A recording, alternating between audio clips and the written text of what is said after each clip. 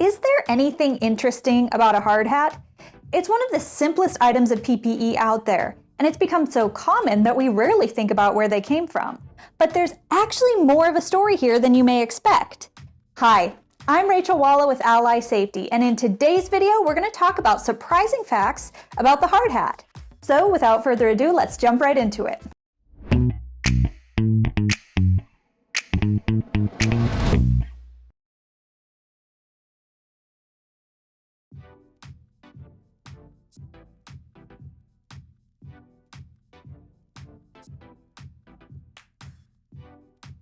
Did you know that the earliest hard hats weren't products of work environments?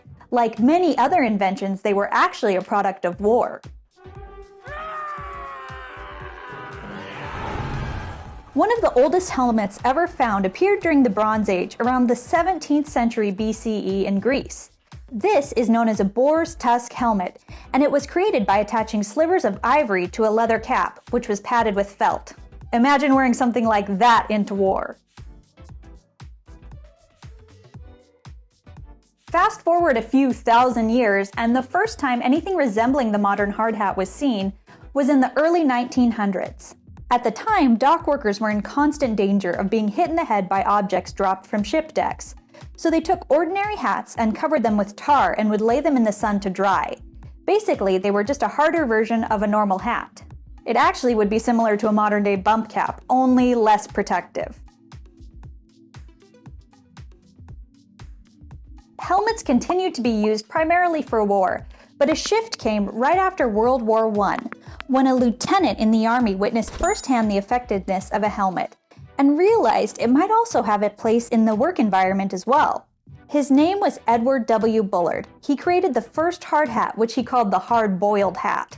It was made out of steamed canvas, glue, had a leather brim, and black paint. Today, Bullard is still a leading manufacturer of all kinds of PPE, including hard hats. Now, initially, when hard hats were introduced to the workplace, they were a luxury that you had to buy yourself. Employers didn't provide them. Some of the first adopters were miners. Back then, hard hats were listed at a price of $3. The first project to actually require hard hats was the construction of the Hoover Dam in 1931. This project was closely followed by the construction of the Golden Gate Bridge in 1933, which took hard hats from being an anomaly to a trend. In 1952, MSA, another PPE manufacturer that's still prominent today, created the first helmet designed to withstand a shock of up to 10,000 volts. Since then, the design and materials of hard hats has evolved into the hard hats that we know today. And although they may look simple, some of the features are surprising. For instance, did you know that there are actually two different types of impacts that hard hats prevent against? Type 1 is intended to reduce the force of impact on the top of the head, while Type 2 is made to reduce impact from the tops and the sides. Which seems kind of important. One of the most recent changes to hard hats came in 2009, when the American National Standards Institute revised their rule that you couldn't wear hard hats backwards. Now, as long as the hard hats have passed 3 tests and have this symbol, they're fine to turn around.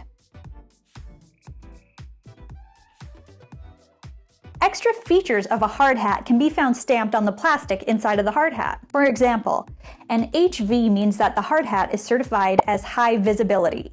An LT or HT indicates whether the hard hat is safe for extremely low temperatures, as in LT, or extremely high temperatures, as in HT. One surprising fact is that hard hats have actually been used as a disguise for police officers. New York State Police have recently been involved in a scheme known as Operation Hard Hat, where police officers wear hard hats and high-vis clothing to impersonate construction workers in construction zones, while they watch for speeding and texting and driving. And the disguises actually worked! According to reports, police issued about 85 tickets during Operation Hard Hat. Lastly, did you know that hard hats have expiration dates? Most manufacturers recommend changing out the shell about every 2 to 5 years, while many recommend changing out the suspension annually. Now, if you look under the brim of a hard hat, there are 2 dials. One indicates the month and the other is the year. That shows the date of manufacture for the hard hat. Now, one thing to note, the date of manufacture is different than the date that use began. You will have to keep track of when you began using your hard hat on your own. Thank you so much for watching. I hope you enjoyed this video. If you did, please hit that like button. And if you'd like to see more videos like this, please hit that subscribe button. Until next time, I'll see you guys later.